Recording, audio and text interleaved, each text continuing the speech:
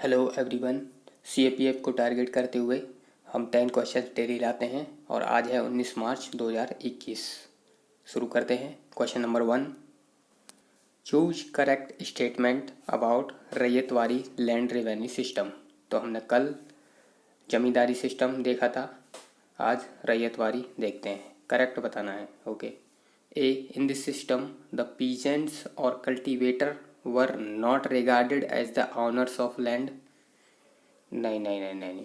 Ryotwari system में cultivators को ही माना जाता था कि वो ऑनर हैं लैंड के। ठीक है, तो इसमें डायरेक्टली कल्टीवेटर से लैंड रिवेन्यू हासिल किया जाता था। ठीक है। B, this system of land revenue was instituted in late 18th century by Holt Mackenzie. Holt Mackenzie ने ये शुरू किया था। हॉल्ट मैकेंजी ने महलवारी सिस्टम को शुरू किया था, तो ये गलत होगा। ठीक है, महलवारी सिस्टम हम आगे कभी देखेंगे। C, this was practised in Madras. ये सही है, ryotwari land revenue system Madras में प्रैक्टिस किया जाता था। Ryotwari system of land revenue was instituted in the late 18th century by Thomas Munro, जो कि गवर्नर ऑफ मद्रास थे इन 1820। तो 1820 में सर थॉमस मुनरो ने ये रैयतवारी सिस्टम लेकर आए। This was practised in Madras and Bombay areas as well as in Assam and Coorg provinces. ठीक है, कहाँ कहाँ प्रैक्टिस किया जाता था? Madras, Bombay, Assam and Coorg. In this system peasant या cultivator were regarded as the owner of land. तो कल्टीवेटर्स को ऑनर माना गया। The Mahalwari system of land revenue was introduced by Holt Mackenzie and Robert Merttins Bird. ठीक है। Next question, which one of the following was recognised as invisible hand by Adam Smith. तो Adam Smith ने invisible hand किसको कहा था? Government, market या price mechanism, judiciary या legislature. Adam Smith ने इनविजिबल हैंड, प्राइस मैकेनिज्म या market structure को कहा था। The invisible hand is an economic concept that was first introduced by Adam Smith in the Theory of Moral Sentiment, written in 1759.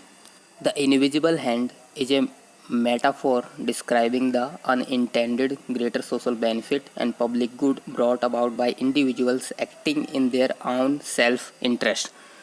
तो ये invisible hand का concept कुछ ऐसा था जैसे कि हम कोई सामान खरीदते हैं और कुछ जो सेलर होते हैं वो अपना सामान बेचते हैं, तो हम अपना अपना फ़ायदा देख रहे हैं, फिर भी ये एक मार्केट स्ट्रक्चर बन रहा है। इसकी वजह से सबका एक बेनिफिट होता है। ठीक है, तो ये मार्केट स्ट्रक्चर किसी को दिखाई नहीं दे रहा है जो बन रहा है, इसी को इनविजिबल हैंड बताया एडम स्मिथ ने। इनकी बुक कौन सी थी जिसमें ये कॉन्सेप्ट इन्होंने बताया? वो बुक थी 1776 की इनकी book the wealth of nations. Okay. Which of the following statement is correct about Bhasan Char island. भसन Char island के बारे में सही स्टेटमेंट बताना है। Bhasan Char island was formed about 2 decades ago on the mouth of river मेघना। ठीक है। The Bhasan Char falls in an ecologically fragile area prone to floods, erosion and cyclone. तो यहाँ पर बहुत चांसेज हैं फ्लड्स, इरोजन एंड साइक्लोन आने के, तो ये दोनों सही हैं। अगर आप करंट फॉलो कर रहे हैं तो भसन चार आइलैंड आपने न्यूज़ में देखा होगा। Bhasan Char island also known as Charpiya is an island in Hatiya upazila Bangladesh. तो ये बांग्लादेश का एक आइलैंड है। It is located in the Bay of Bengal. Bangladesh has begun relocating Rohingyas from refugee camps near Ukhia in Cox's Bazar district of Bangladesh to Bhasan Char. तो कोक्स बाजार एरिया से इनको भसन चार आइलैंड में शिफ्ट किया जा रहा है। अब कुछ लोगों का मानना है कि ये भसन चार आइलैंड बहुत ही फ्रेजाइल एरिया है और रोहिंग्या लोग पहले से ही परेशान हैं, तो उन्हें और मुसीबतों का सामना करना पड़ सकता है। तो भसन चार एंड कोक्स बाजार दोनों ही एरिया बांग्लादेश के हैं। Next question, which of the following is not true about CAG. तो कैग के बारे में गलत बताना है। The controller and auditor general is appointed by the president of India, बिल्कुल सही है।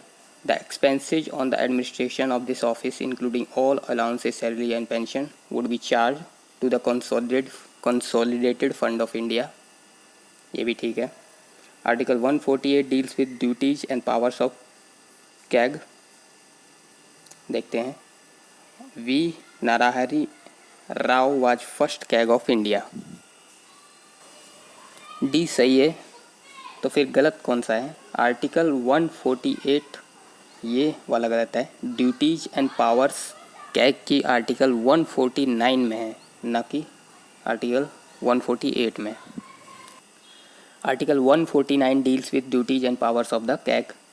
The power of CAG regarding audits are provided for in Controller and Auditor General of India, Duties, Powers and Condition of Service Act 1971. याद रखना article 148 भी CAG के बारे में ही है। आर्टिकल 148 ही बताता है there should be an controller and auditor general of India who shall be appointed by the president. Okay, 2009 का क्वेश्चन करते हैं। Which one of the following chemicals is an artificial sweetener prescribed to diabetic person. तो diabetic persons को prescribe किया जाता है artificial sweetener बताना है। अब ग्लूकोज, सुक्रोज एंड माल्टोज ये सभी तो नेचुरल स्वीटनर हैं, तो हमारा बचा aspartame. Glucose, sucrose, maltose all are natural sweeteners या sugars, they increase blood glucose level in diabetic patient. तो डायबिटिक पेशेंट को आर्टिफिशियल स्वीटनर क्यों प्रिस्क्राइब किया जाता है? क्योंकि आर्टिफिशियल स्वीटनर ये बहुत ही मीठे होते हैं जो लोगों को पसंद है, और इनमें कैलोरीज बहुत कम होती है। ठीक है। अस्पार्टेम के अलावा और भी आर्टिफिशियल स्वीटनर्स हैं, जैसे कि advantame, neotame, saccharin, sucralose etcetera. Which one of the following is located at the southern most latitude? southern most latitude में कौन सा होगा? साउथ अफ्रीका, ऑस्ट्रेलिया, चिले या पोलिनेशिया? अब हमें पता है कि अंटार्कटिका से सबसे नज़दीक साउथ अमेरिका कॉन्टिनेंट है। तो साउथ अमेरिका कॉन्टिनेंट में नीचे कौन से दो कंट्री हैं? Argentina and Chile. तो यहाँ आंसर हो जाएगा Chile. Countries at southernmost point पढ़ेंगे चिले, अर्जेंटीना, देन ऑस्ट्रेलिया। तो सबसे नीचे चिले है, उसके बाद अर्जेंटीना, उसके बाद Australia. Okay. Which country was ranked first in climate change performance index 2021 publish by German watch, new climate institute and the climate action network. तो किस कंट्री ने फर्स्ट रैंक हासिल करी है क्लाइमेट चेंज परफॉर्मेंस इंडेक्स 2021 के index में? India इस तरह की अभी तक फर्स्ट रैंकिंग तो किसी में शायद नहीं ला पाया है, तो इसको एलिमिनेट कर सकते हैं। यूएसए नहीं, ये तो लास्ट आया है। स्वीडन भी नहीं है, इसका हो जाएगा डी, नन। तो हुआ यूँ है कि फर्स्ट, सेकंड, थर्ड अभी इस रैंकिंग में कोई भी नहीं आया है। Top 3 ranks were empty as no country had met the criteria for get placed high enough on the index. तो अभी इतना किसी ने काम नहीं किया कि फर्स्ट, सेकंड, थर्ड रैंक किसी को प्रोवाइड करी जाए। This is the second time in a row that the USA is ranked at the bottom. USA अभी भी बॉटम पर है। 8th, according to Stockholm International Peace Research Institute SIPRI, which country is the largest arm importer in terms of the global share? कौन सबसे ज़्यादा arms को import कर रहा है? तो वो इंडिया नहीं है, सऊदी अरेबिया है। Saudi Arabia, the world largest arm importer, increase its arm import by 61%। तो 61% इसका आर्म इंपोर्ट बढ़ भी चुका है। अच्छा, सबसे बड़ा एक्सपोर्टर कौन है? सबसे ज़्यादा एक्सपोर्ट कर रहा है अभी यूएसए, उसके बाद Russia. Nile river passes through. Nile river कौन कौन से कंट्री से पास होती है? सूडान से होती है, यस, रुवांडा, यस, इससे भी होती है। In addition to Egypt the Nile runs through the along the border of 10 other African countries. कौन कौन से? Burundi, Tanzania, Rwanda, Democratic Republic of Congo, Kenya, Uganda, Sudan, Ethiopia and South Sudan. 3 main tributaries इस Nile की हैं, white Nile, blue Nile and the Atbara. White Nile कहाँ से originate होती है?